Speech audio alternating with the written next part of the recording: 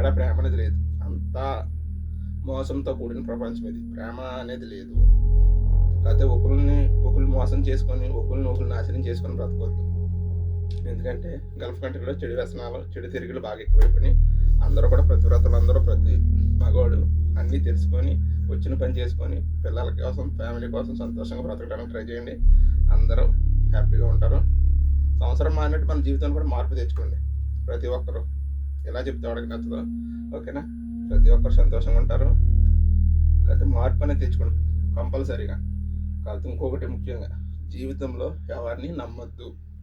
ఎవడైనా, ఫ్యామిలీ అయినా, పెళ్ళమైనా, లవర్ అయినా, ముండగాడైనా, ఎవడైనా, మన బెస్ట్ ఫ్రెండ్ అయినా, ఎప్పుడైనా మన గోతులు తీసి దింగేసి గొద్దెంగి వదిలేస్తారు తప్ప ఎవడో మనకు రూపాయి సాయం చేయడు.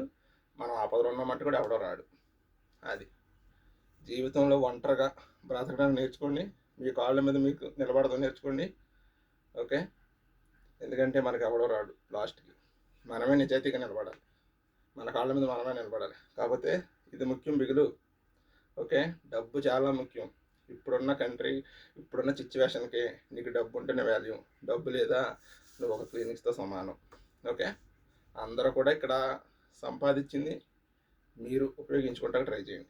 చెడు వ్యసనాలకి, చెడు తిరుగులకి, చెడు వీటికి వేస్ట్ చేయొద్దు మీ మనీని, ఓకే? అందరూ సంతోషంగా ఉండాలి.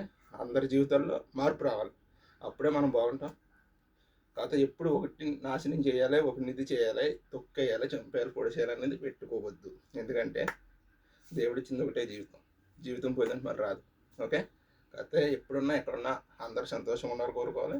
అందరు సంతోషం కోరుకోవాలి. అందులో కూడా మనం ఉండాలి, ఓకే? అందరికీ గాడ్ బ్లెస్ యూ అండి. నూతన సంవత్సర శుభాకాంక్షలు. కాకపోతే మారు మనసు పొందండి, నిజాయితీగా బ్రతకండి. అంతే. Good bye.